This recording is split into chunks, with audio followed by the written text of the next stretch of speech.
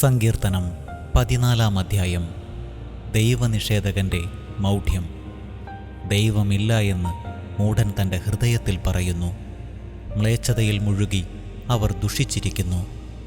നന്മ ചെയ്യുന്നവർ ആരുമില്ല. കർത്താവ് സ്വർഗത്തിൽ നിന്ന് മനുഷ്യമക്കളെ നോക്കുന്നു. ദൈവത്തെ തേടുന്ന വിവേകികളുണ്ടോ എന്ന് അവിടുന്ന് ആരായുന്നു. എല്ലാവരും വഴിതെറ്റി ഒന്നുപോലെ ദുഷിച്ചുപോയി.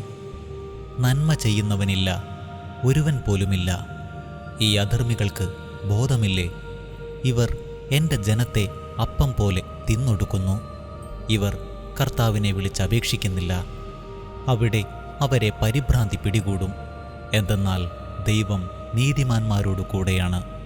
നിങ്ങൾ ദരിദ്രൻ്റെ പ്രതീക്ഷകളെ തകർക്കാൻ നോക്കും.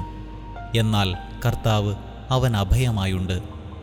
ഇസ്രായേലിൻ്റെ വിമോചനം സിയോനിൽ നിന്ന് വന്നിരുന്നെങ്കിൽ, കർത്താവ് തൻ്റെ ജനതയുടെ സുസ്ഥിതി പുനഃസ്ഥാപിക്കുമ്പോൾ യാക്കോബ് ആനന്ദിക്കും, ഇസ്രായേൽ സന്തോഷിക്കും.